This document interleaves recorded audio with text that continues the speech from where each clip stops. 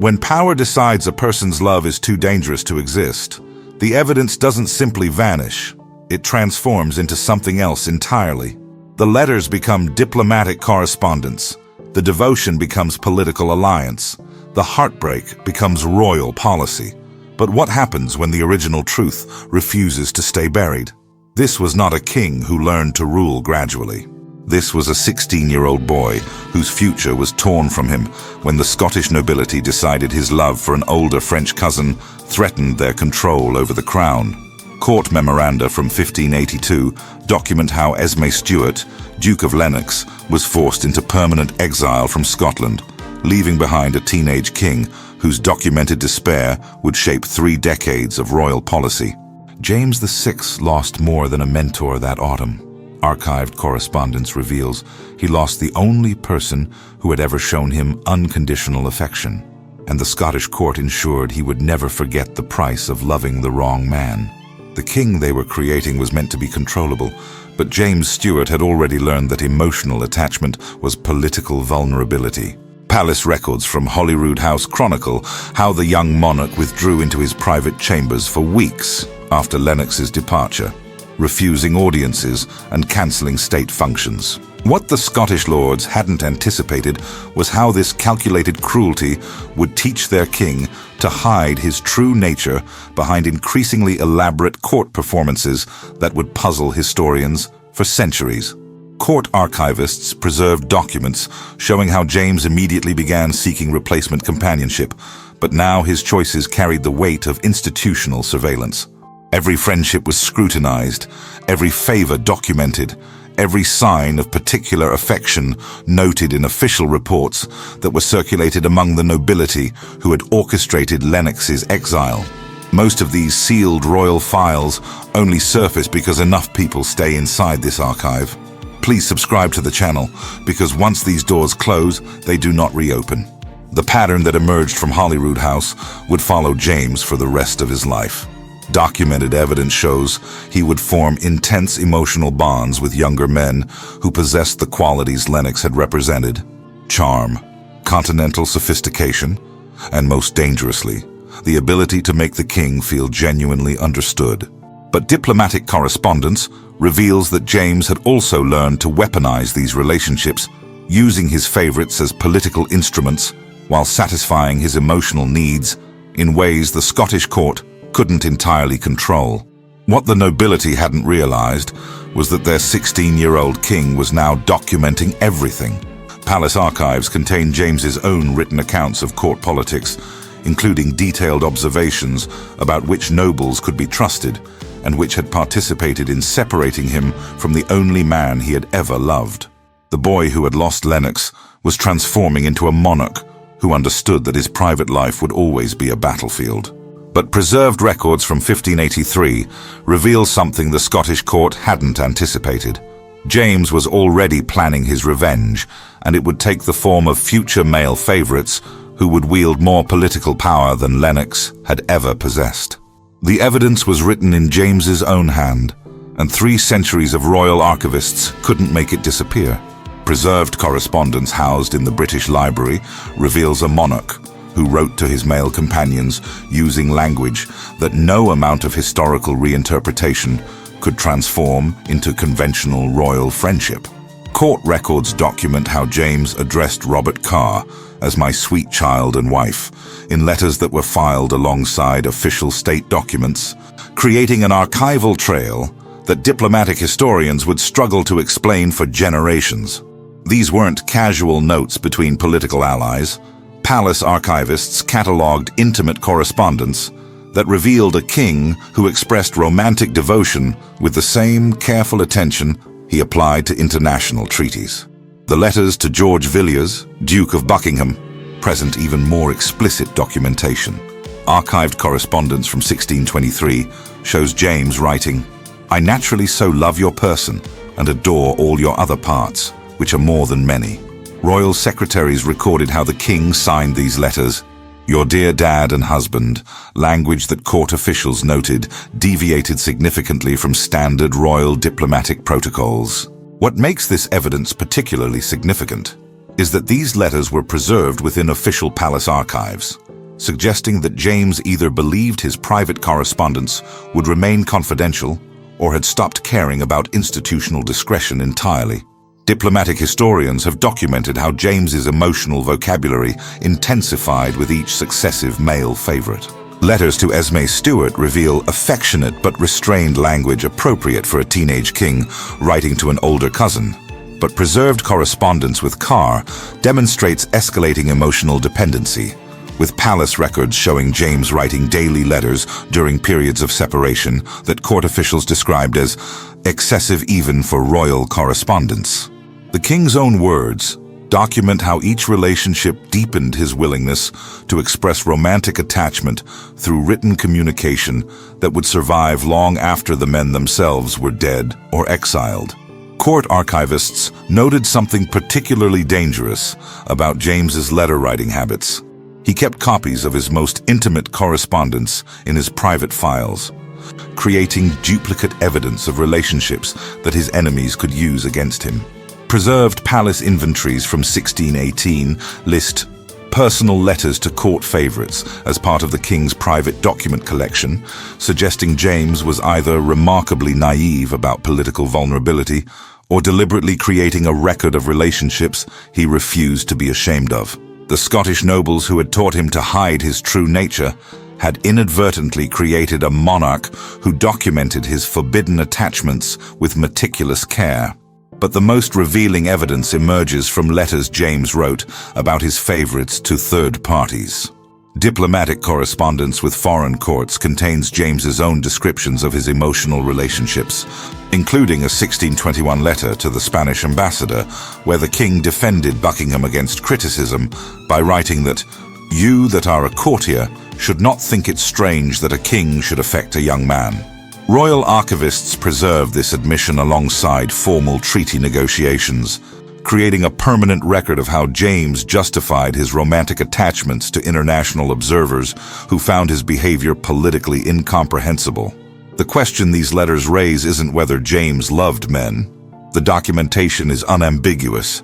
The question is why a king who had learned the political cost of emotional attachment continued writing evidence that could destroy him.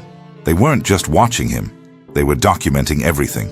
Palace records from Holyrood House reveal a systematic surveillance operation that began the moment Esmé Stuart was exiled, with Scottish nobles establishing protocols to monitor and record every aspect of James's private relationships. Court memoranda from 1583 document how senior courtiers were assigned rotating duties to observe the king's interactions with young men, creating written reports that were circulated among the nobility who had orchestrated the original separation. What emerged wasn't casual oversight. Archived correspondence shows this was deliberate intelligence gathering, designed to prevent James from ever again forming an attachment that could threaten their political control. The surveillance system extended far beyond simple observation. Preserved administrative records reveal how palace staff were instructed to note which courtiers received private audiences, how long these meetings lasted, and what gifts or favors were exchanged. Court registries from the 1580s list detailed inventories of presents James gave to male companions, with royal accountants creating permanent documentation of jewelry, books, as in monetary awards, that exceeded normal diplomatic courtesy. The Scottish nobles had learned that emotional attachment manifested through material generosity, and they were determined to track every symptom of romantic interest before it could develop into political influence. Letters between noble families, housed in the national records of Scotland, demonstrate how surveillance reports were shared across the entire court hierarchy. Diplomatic correspondence reveals that observations about James's behavior were routinely included in letters to foreign courts, with Scottish ambassadors providing detailed accounts of the king's particular friendships to international allies who needed to understand how to approach the Scottish monarchy. The surveillance wasn't just domestic political insurance. It had become a tool for managing Scotland's international relationships through controlled information about their monarch's private vulnerabilities. Court records document how the surveillance operation evolved, with James's increasing sophistication about hiding his true feelings. Palace administrative files from 1590 show how nobles began monitoring not just public interactions, but private correspondence, with royal secretaries required to report any letters that deviated from standard diplomatic language. The surveillance had become preemptive, designed to identify emotional attachment before it could influence royal policy. But archived evidence suggests the system had an unintended consequence. It taught James to express his feelings in increasingly coded language that would later confuse historians attempting to interpret his relationships.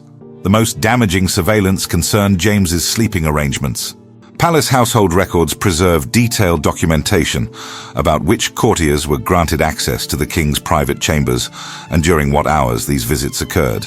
Court memoranda reveal that senior nobles received regular reports about overnight guests, creating a permanent archival record of physical intimacy that James's enemies could weaponize whenever his favorites gained too much political influence. The surveillance had become a form of blackmail insurance, ensuring that the king's private life could always be exposed if his emotional attachments threatened noble control over royal policy. But preserved correspondence from 1598 reveals something the Scottish court hadn't anticipated. James was beginning to identify the surveillance network itself, and he was planning to turn their own documentation system against them when he inherited the English throne. By 1607, the surveillance system the Scottish nobles had perfected was about to face its greatest test in the form of a 20-year-old page who would nearly destroy the British monarchy through sheer proximity to royal obsession. Court records from Whitehall Palace document how Robert Carr entered James's service as a minor attendant and within 18 months had been granted unprecedented access to state documents, private audiences, and financial resources that exceeded those of senior government ministers. What makes the Carr relationship particularly dangerous from an archival perspective is how thoroughly it was documented. Palace officials recorded every gift, every promotion, every political appointment that resulted from James's emotional attachment, creating a paper trail that would later be used as evidence of royal incompetence during parliamentary investigations. The king wasn't hiding his devotion. Treasury records from 1608 show James awarded Carr lands worth over $10,000 annually, a fortune that exceeded the income of most English earls, while court registries document daily private meetings that lasted for hours beyond normal administrative requirements. Diplomatic correspondence reveals that foreign ambassadors reported back to their courts about the Scottish king's unseemly attachment to a young man who possessed no qualifications for the political influence he was rapidly acquiring. The surveillance system that had been designed to prevent exactly this type of relationship was now documenting its complete failure in real time. Palace memoranda preserve the moment when James's obsession became a constitutional crisis. Administrative records from 1611 show that Carr, now Earl of Somerset, was attending Privy Council meetings despite holding no official government position, with court officials noting that state business was increasingly delayed while the king consulted privately with his favorite on matters ranging from foreign policy to judicial appointments. The relationship had evolved beyond personal attachment into a parallel government structure that bypassed traditional noble authority entirely. Many of these lives were erased quietly, without witnesses. Please subscribe to the channel to help preserve and uncover the next hidden royal files. Court archivists documented how James's political judgment deteriorated in direct proportion to his emotional dependency on Carr. Preserved correspondence from 1612 shows the king overruling senior ministers' advice when it conflicted with Carr's preferences, including foreign policy decisions that diplomatic historians later identified as strategically disastrous. But treasury records reveal the most dangerous evidence. James was using state funds to maintain Carr's increasingly expensive lifestyle, creating a financial scandal that Parliament would later investigate as potential treason. The crisis reached its peak when court records document Carr's involvement in the murder of Sir Thomas Overbury in 1613. Judicial archives preserve evidence showing that James initially attempted to protect his favorite from prosecution, with court officials recording how the king tried to suppress witness testimony and delay legal proceedings. The surveillance system that nobles had created to control James's relationships had captured evidence of a monarch willing to obstruct justice to protect the man he loved. But preserved legal documents from the Overbury murder trial reveal something that would haunt James for the rest of his reign. Court officials had been secretly documenting every aspect of the Carr relationship, and they were prepared to use this evidence against the crown itself. The lesson James should have learned from the Carr disaster was that royal obsession always creates political vulnerability, but archived correspondence from 1614 reveals a monarch who had decided the solution wasn't emotional restraint. It was finding a more competent object for his devotion.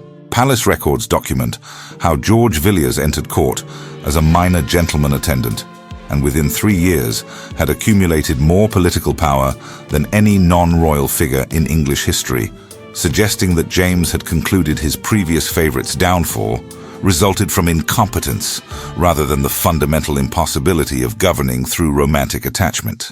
Court officials recorded how the king immediately began transferring the same emotional intensity he had shown Carr to a 22-year-old man whose intelligence and ambition would prove far more dangerous than simple murder. The speed of Villiers' ascent defied all precedent for royal favor. Administrative records show that within 6 months of his court appointment, James had granted him private apartments in Whitehall Palace, direct access to state correspondence, and an annual income that court accountants noted exceeded the salaries of most cabinet ministers combined. But preserved treasury documents reveal something more significant than financial generosity. James was systematically transferring political authority to Villiers, creating a secondary power structure that operated independently of traditional government channels. The surveillance system that had documented the Carr relationship was now recording an even more comprehensive royal obsession unfolding in real time. Palace archivists preserved James's own written descriptions of his feelings for Villiers, and the language suggests complete emotional surrender. Diplomatic correspondence from 1617 contains the king's declaration that I, James, am neither a god nor an angel, but a man like any other. Therefore I act like a man and confess to loving those dear to me more than other men. But court records show James went further than confession. He began publicly defending his right to love men as a fundamental aspect of royal authority. The king, who had learned to hide his true nature as a teenager, was now arguing that romantic attachment was a divine right of monarchy itself. The political implications were staggering. Foreign diplomatic reports document how European courts struggled to understand how to conduct business with England, when state policy increasingly reflected one man's personal influence over a besotted monarch rather than traditional governmental consensus. Treasury records from 1619 show that Villiers, now Duke of Buckingham, was essentially co-ruling England, with court officials noting that major appointments required his approval and foreign negotiations proceeded through his private correspondence rather than official diplomatic channels. But judicial records from 1620 preserve evidence of growing institutional resistance to Buckingham's authority, including parliamentary investigations into his financial dealings and formal complaints about his influence over royal policy. The surveillance documentation that had brought down Carr was being weaponized again, and this time the target was a favorite who understood exactly how the system worked and was prepared to fight back using methods that would reshape the English monarchy permanently. The confrontation was inevitable, and parliamentary records from 1621 document the moment when institutional tolerance for royal romantic obsession finally collapsed into open political warfare. House of Commons proceedings preserve speeches where members explicitly demanded limits on Buckingham's authority, with one MP declaring that the kingdom suffers when policy flows from private affection rather than public counsel. What made this parliamentary rebellion particularly dangerous wasn't its criticism of royal favorites. Court history was filled with such complaints, but how speakers began questioning James's fitness to rule based on documented evidence of his emotional dependency on male companions. The surveillance system that nobles had created to control the king's relationships was now being weaponized by Parliament as constitutional evidence of royal incompetence. The debates weren't subtle about their target. Preserved parliamentary transcripts show members reading aloud from James's own letters to Buckingham, using the king's romantic language as proof that England was being governed by personal infatuation rather than political judgment. Administrative records document how parliamentary committees investigated treasury payments to royal favorites, creating detailed financial audits that revealed the staggering cost of maintaining James's emotional attachments. Court officials noted that Parliament was essentially conducting a public trial of the king's private life, using archived correspondence and administrative documents as evidence that romantic attachment had corrupted royal authority. Palace records reveal how James initially attempted to defend his relationships through appeals to royal prerogative, arguing that choosing personal companions was a fundamental monarchical right that Parliament couldn't regulate. But diplomatic correspondence shows that foreign courts were following the English constitutional crisis with intense interest, recognizing that Parliament's challenge to royal authority over personal relationships had implications far beyond one king's romantic preferences. The surveillance documentation of James's attachments had become international evidence of institutional weakness that England's enemies could exploit. The most damaging parliamentary testimony came from former court officials who provided detailed accounts of how government business was conducted through Buckingham's private chambers rather than official channels. Judicial records preserve testimony describing state secrets being discussed in intimate settings, foreign policy decisions emerging from romantic conversations, and judicial appointments determined by personal rather than professional considerations. Parliament wasn't just criticizing royal favorites. They were documenting how emotional attachment had created a parallel government structure that bypassed constitutional authority entirely. Court memoranda from 1622 document James's growing desperation as parliamentary pressure intensified, with palace officials recording how the king attempted to negotiate compromises that would protect Buckingham's position while satisfying institutional demands for accountability. But preserved correspondence reveals that Parliament had identified a fundamental constitutional principle. Romantic attachment was incompatible with effective governance, and they were prepared to force the king to choose between his emotional needs and his political authority. The crisis escalated when parliamentary leaders began threatening impeachment proceedings against Buckingham, using surveillance evidence of his relationship with James as grounds for charges of corrupting royal judgment and undermining state security through inappropriate influence over classified information and political appointments. The marriage was never meant to satisfy emotional needs. Court records document how James's union with Anne of Denmark was negotiated as a diplomatic treaty designed to produce heirs while accommodating the king's established romantic patterns with male companions. Palace administrative files from 1589 reveal that Scottish nobles who arranged the marriage explicitly discussed how to structure royal domestic arrangements that would allow James to maintain his particular friendships without compromising dynastic obligations. What makes this arrangement particularly striking from an archival perspective is how thoroughly court officials documented the separation between James's public role as husband and his private emotional life, creating a permanent record of institutionalized marital deception that would survive for centuries. Court household records preserve detailed evidence of how the royal marriage functioned as carefully managed political performance.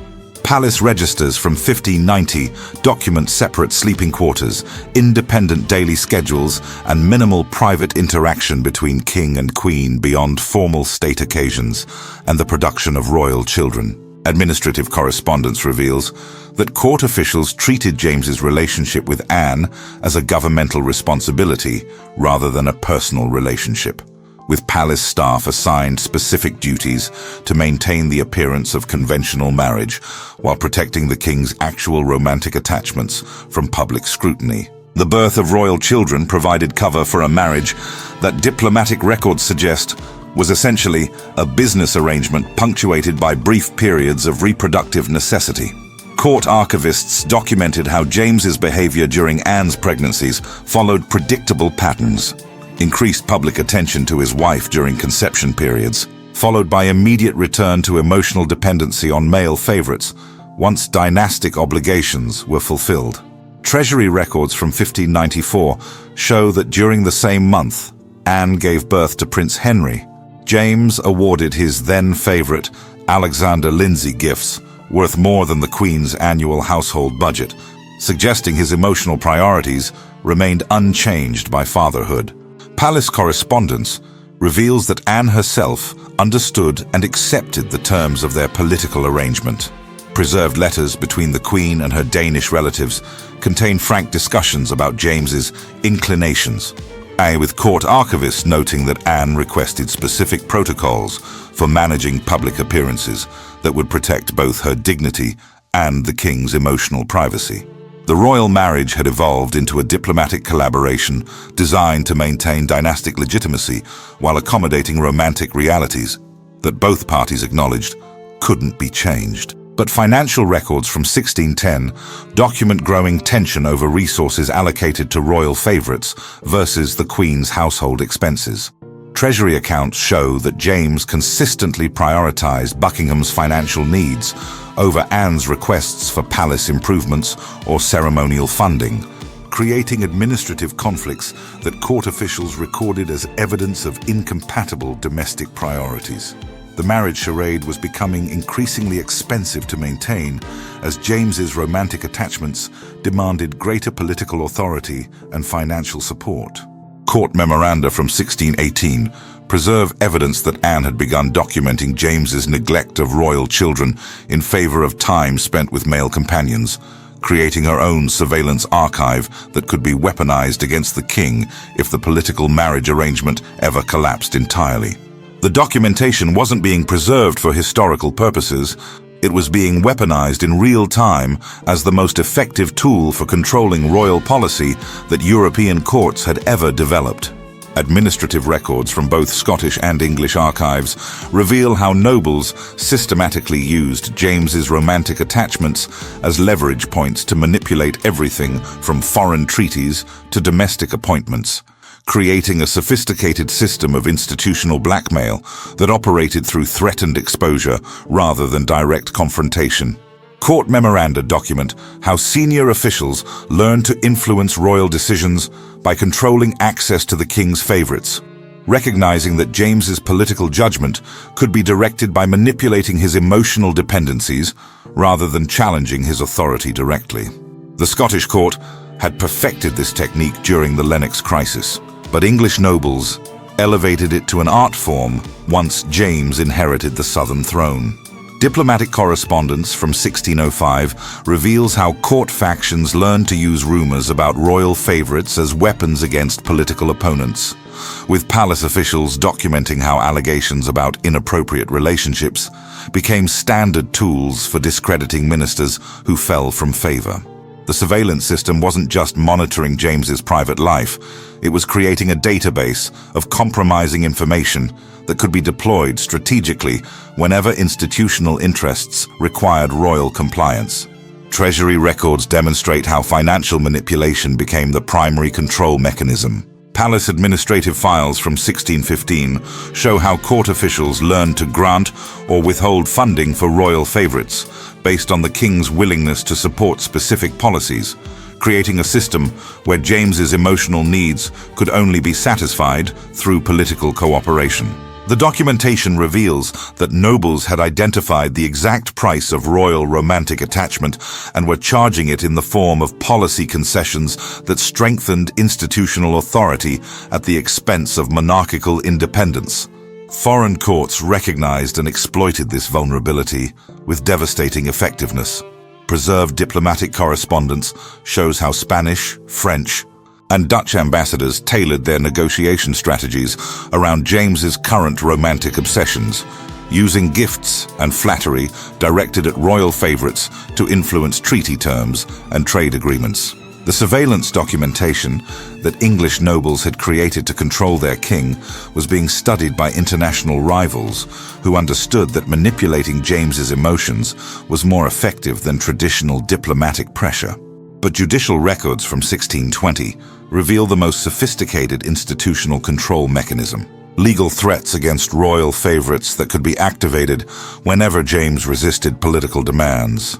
Court archives preserve evidence showing how nobles maintained detailed documentation of financial irregularities, sexual misconduct, and political corruption involving the king's male companions, creating a permanent threat of prosecution that could be deployed to ensure royal cooperation. The institutional message was clear.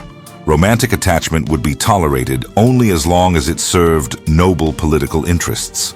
Palace correspondence from 1622 documents the moment when James finally understood how completely his emotional life had been transformed into an instrument of institutional control.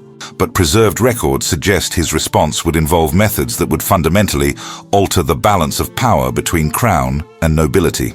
The rewriting began immediately after James's death in 1625, and archival evidence reveals a systematic campaign to transform 3 decades of documented royal romantic attachment into sanitized political alliance that future generations would find historically acceptable. Palace records show that within months of the king's funeral, court officials were already editing official documents, removing compromising correspondence, and creating alternative explanations for relationships that had been transparently romantic during James's lifetime. What makes this historical erasure particularly sophisticated is how thoroughly it was documented. Administrative files preserve detailed instructions for reframing evidence, suggesting that the institutional powers who had weaponized James's private life understood that controlling his historical legacy required the same methodical approach they had used to control his political authority. The editing process focused on language rather than facts, recognizing that romantic evidence could be neutralized through reinterpretation rather than destruction. Court archivists preserved original correspondence alongside edited versions, creating a comparative record that reveals exactly how intimate letters were transformed into diplomatic exchanges through selective word substitution and contextual reframing. Administrative records from 1627 document specific editorial guidelines for court historians, including instructions to interpret expressions of love as political metaphor and to frame gift-giving as standard royal patronage rather than romantic generosity. Royal biographers participated in the erasure campaign with remarkable coordination across multiple publications. Preserved publishing correspondence from the 1630s shows how different historians collaborated to establish consistent alternative narratives that would replace documented evidence with interpretations more suitable for dynastic reputation. But library archives reveal the most telling evidence. Early manuscript drafts of royal biographies contained frank discussions of James's relationships that were systematically removed from published versions, creating a permanent record of deliberate historical suppression. The erasure campaign extended beyond literature into official court records themselves. Palace administrative files document how archivists were instructed to reclassify personal correspondence as state documents, moving romantic letters from private collections into diplomatic archives where they would be interpreted as political rather than emotional communication. Treasury records that had documented excessive spending on male favorites were reframed as standard patronage expenses, with court accountants creating alternative explanations for financial patterns that had previously been recorded as evidence of romantic obsession. Foreign diplomatic archives preserved evidence that contradicted the official English narrative, creating international documentation of historical truth that domestic censorship couldn't control. Preserved correspondence from Spanish, French, and Dutch courts contains contemporary observations about James's relationships that directly contradict later English historical accounts, suggesting that the erasure campaign was recognized by international observers as deliberate propaganda rather than legitimate historical revision. But the most significant erasure involved institutional memory itself. Court records from the 1640s document how officials systematically destroyed surveillance files that had been used to control James's political authority through threats of romantic exposure, ensuring that future historians would lack access to the very evidence that had made royal emotional manipulation possible. The question isn't whether the documented evidence of James's relationships survived the erasure campaign. Fragments exist in archives across Europe. The question is, how much additional evidence was deliberately destroyed to protect an institutional system that couldn't function if royal romantic attachment were treated as historically normal? James VI wasn't an anomaly. He was the most thoroughly documented example of a systematic approach to controlling royal sexuality that European institutions had been perfecting for centuries before his birth, and would continue refining long after his death. Comparative archival research reveals how the surveillance, manipulation, and erasure techniques used against the Scottish king were variations of methods that had been tested on royal figures across continental courts, suggesting that institutional powers had identified romantic attachment as the most reliable weakness through which monarchical authority could be compromised and controlled. Diplomatic correspondence between European courts documents explicit sharing of intelligence about royal favorites and strategies for weaponizing personal relationships, creating an international network dedicated to preventing any monarch from achieving emotional independence that could threaten established noble authority. The pattern extends far beyond individual cases to reveal a coordinated institutional response to royal sexuality that operated across national boundaries and dynastic lines. Palace records from French, Spanish, Italian, and German courts contain remarkably similar documentation of surveillance operations, financial manipulation, and political blackmail targeting rulers whose romantic attachments threatened traditional power structures. Administrative files from the Vatican secret archives preserve ecclesiastical correspondence about managing royal relationships that suggest even religious institutions participated in systematic campaigns to control monarchical sexuality through threatened exposure and forced compliance. Court archivists across Europe were trained to document royal emotional vulnerabilities using standardized methods that created comparable evidence archives regardless of specific national contexts. Preserved administrative manuals from multiple courts contain nearly identical instructions for monitoring private correspondence, recording gift-giving patterns, and maintaining surveillance files that could be weaponized when political cooperation was required. The sophistication suggests this wasn't accidental. European institutions had developed industrial-scale techniques for transforming royal love into political leverage. The most revealing evidence comes from preserved correspondence between noble families across different courts, documenting how information about royal romantic vulnerabilities was shared as diplomatic intelligence and used to coordinate international pressure on monarchs whose emotional attachments threatened broader institutional interests.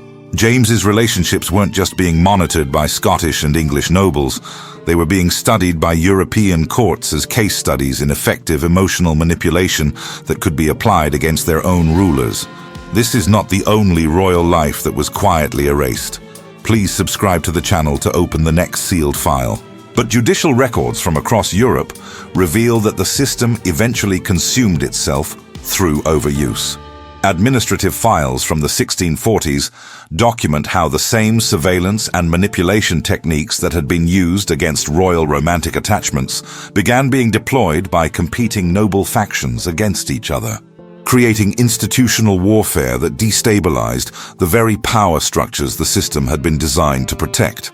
The tools for controlling royal sexuality had become too effective, and European courts discovered that weaponizing emotional vulnerability was a technique that could destroy any target, including the institutions that wielded it. The question isn't whether other European royals suffered similar persecution for their romantic attachments to same-sex partners. The archival evidence confirms they did. The question is how many additional lives were systematically erased using refinements of the techniques perfected against James VI, and whether those sealed files can still be recovered before the institutional memory that created them disappears entirely.